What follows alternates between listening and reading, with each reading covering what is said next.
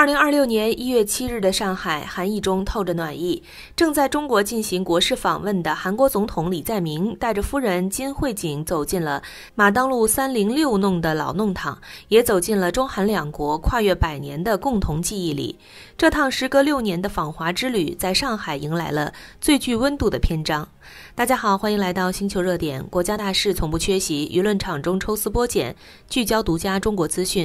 點讚、訂閱加小鈴鐺，帶你用不一樣的視角讀懂中國故事。作為李在明就任總統後首次訪華的重要行程，上海之行堪稱雙向奔赴的典範。要知道，自2024年11月中國對韓國實施免簽政策以來，上海就成了韓國年輕人最愛的周末目的地。周五下班去上海早已不是口號，而是實實在在的潮流。數據顯示，2025年1月至11月，中韓雙邊人員往來超728萬人次，同比增長24.7%。大韓航空飛上海的航線一年就多了12.8萬人次，足見兩地交往有多頻繁。李在明的上海行程既有對未來的期許，也有對歷史的敬畏。在科技交流展區，他拿起小米手機拍照，戴上 VR 眼鏡體驗前沿技術，還笑着和智能機器人握手互動，像個好奇的科技達人。這些看似輕鬆的瞬間，背後是兩國在人工智能、綠色產業等領域的合作野心。李在明帶來的200人經貿團裡，三星、SK、現代、LG 4大巨頭的會長悉數到場，足以說明韓國對中韓合作的重視。雖然我們在世界市場上有競爭，但新能源、生物產業、銀髮產業的合作空間無限大。李在明的這句話道出了務實合作的真諦。夫人金惠景的行程則充滿了生活氣息。她走進直播間，為韓國化妝品、美妝好物帶貨，溫柔的講解搭配接地氣的互動，瞬間拉近了兩國消費者的距離。這波總統夫人帶貨並非偶然，而是中韓文化經貿深度融合的縮影。畢竟中國連續20年都是韓國第1大貿易夥伴。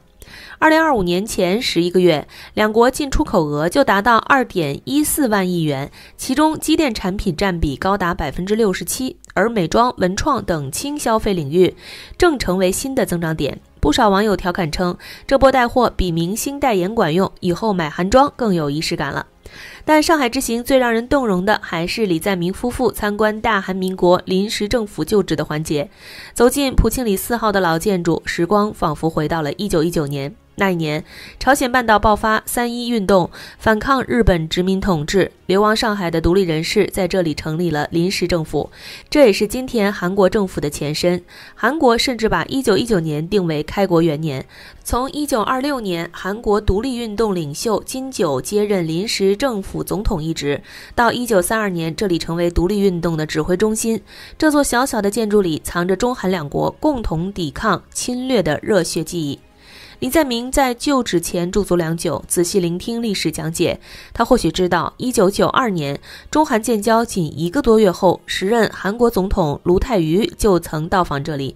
參訪獨立運動遺跡早已成為韓國總統訪華的慣例，但在2026年的今天，這趟參觀有了更特殊的意義。2025年是中國人民抗日戰爭暨世界反法西斯戰爭勝利80周年，也是韓國光復80周年。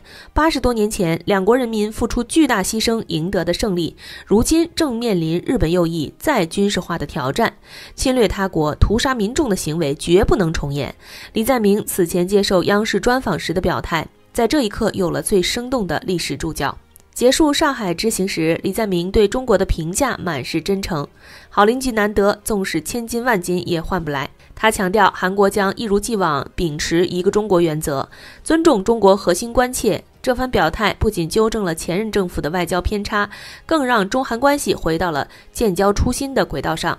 1992年中韓建交聯合公報中尊重一個中國的承諾，是兩國30多年風雨不倒的基石，而李在明這趟訪華正是對這份承諾的再次堅守。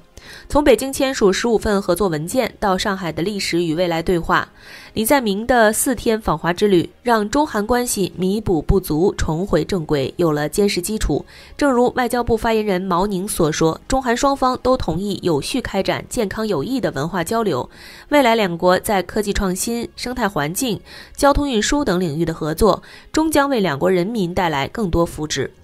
當李在明夫婦離開上海時，馬當路的老弄堂依然人聲鼎沸，韓國遊客排着隊打卡臨時政府舊址，工作人員熟練地用韓語和漢語打招呼。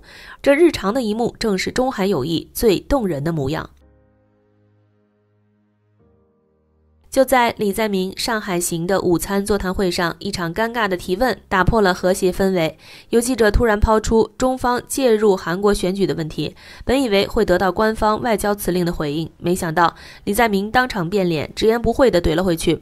這種說法完全是荒唐言論，傷害彼此感情合適嗎？既沒有依據，也毫無必要。這番硬氣表態瞬間衝上熱搜，網友紛紛點讚，終於有人敢說真話了。這謠言離譜到讓人發笑。要知道，自從2024年底韓國總統尹錫悅頒布戒嚴令以來，中國干涉韓國內政的謠言就像病毒一樣蔓延。從99名中國間諜被拘到中國黑客操控選票，各種離譜說法層出不窮。如今居然還拿到總統訪華的場合來問，難怪李在明會如此不滿。說起來，這些謠言的起源簡直漏洞百出。故事的開端是尹錫悅政府在戒嚴事件後突然拋出中國間諜言論，甚至把中國當成戒嚴的理由之一。緊接着，韓國極右媒體天空日報等就開始散布駐韓美軍在選管委研修院拘留99名中國間諜，押往沖繩美軍基地的消息。結果呢，韓國選管委第一時間闢謠，說這消息完全不屬實，還把傳播謠言的網絡媒體給檢舉了。官方至今還在調查。更可笑的是，這些謠言連基本常識都不顧。比如有人說中國人在韓國投票操縱選舉，但稍微了解韓國法律的人都知道，外國人想參與韓國總統選舉和國會議員選舉根本就是天方夜譚，只有取得永久居住權滿3年的外國人才有資格參與地方選舉。總統大選連投票所的門都進不去。還有人拿2020年的舊聞炒作，說中國人參與計票，卻故意不提2023年韓國選管委已經修改規定，只有韓國國籍者才能參與計票，而且計票現場有各黨派觀察員全程監督，實務唱票根本不可能舞弊。更離譜的是，高科技介選的說法，聲稱中國產設備通過 WiFi 操控選票數據。這劇情堪比諜戰片，但現實卻狠狠打了臉。韓國的選票分類器和計數器全是本土企業生產，投票計票系統用的是專用內網，根本不連互聯網，數據傳輸只能靠加密 USB 設備。尹錫悅的支持者還曾拋出假票、二維碼洩露、服務器被黑等一系列指控，甚至說美國逮捕了中國間諜。但經韓國大法院、統計學教授和選管委反覆查驗，所有指控全被駁回，沒有假票，沒有黑客證據，服務器安全，二維碼合法。說白了，這些謠言就是毫無根據的臆想，傳播者甚至都沒去過美國，純屬編造。小編覺得這些謠言能流傳開來，背後藏着3重險惡用心。第一，是尹錫悅的支持者想轉移焦點。尹錫悅被彈劾下台並入獄後，保守陣營陷入合法性危機，把中國當成替罪羊，炒作中國戒選，既能轉移民眾對內政潰敗的關注，還能為尹錫悅的戒嚴行為找借口。第二，是美國在背後搗鬼。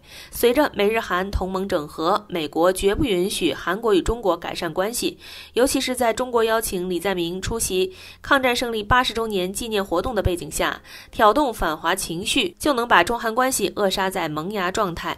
看看那些反華集會中打着美國國旗的抗議者，就知道這背後的門道不簡單。第三，是保守派想打擊政治對手。李在明一直主張不在中美間選邊站，堅持尊重一個中國原則。這種務實立場讓想走價值外交老路的保守派很不滿，於是他們把親華當成標籤，甚至扣上賣國的帽子，試圖通過煽動民粹來削弱李在明的支持率。就像李在明競選時質問的那樣，為什麼要去招惹中國？台灣問題與韓國有什麼關係？明明是務實的外交立場，卻被惡意扭曲。所幸無論是韓國社會還是中國都有清醒的聲音。李在明在上海明確表示，今後要持續抑制煽動反華反韓情緒的行為。中國駐韓國大使戴彬也在社交平台強調，中方一貫奉行不干涉內政原則，中國說到做到，堂堂正正。韓國不少媒體和專家也站出來反駁謠言，指出這些說法缺乏證據，偏離了民主政治的理性。那些炒作中國介選的人，本質上是在利用民粹撕裂社會，阻礙兩國合作。就像李在明說的，不要捨近求遠，不要到遠方去找朋友。中韓作為鄰居，有着千年的文化羈絆和深厚的利益連結，與其被謠言裹挾，不如珍惜這份搬不走的友誼。畢竟和平合作才能帶來共贏，而政治操弄最終只會害人害己。好了，今天的內容到這裡就結束了。如果你喜歡小編的影片，還請大家多多點讚轉發，讓更多的人一起見證中國進步。關注我的頻道，這樣既能回顧往期視頻，又不會錯過之後的精彩內容。那我們下期節目不見不散。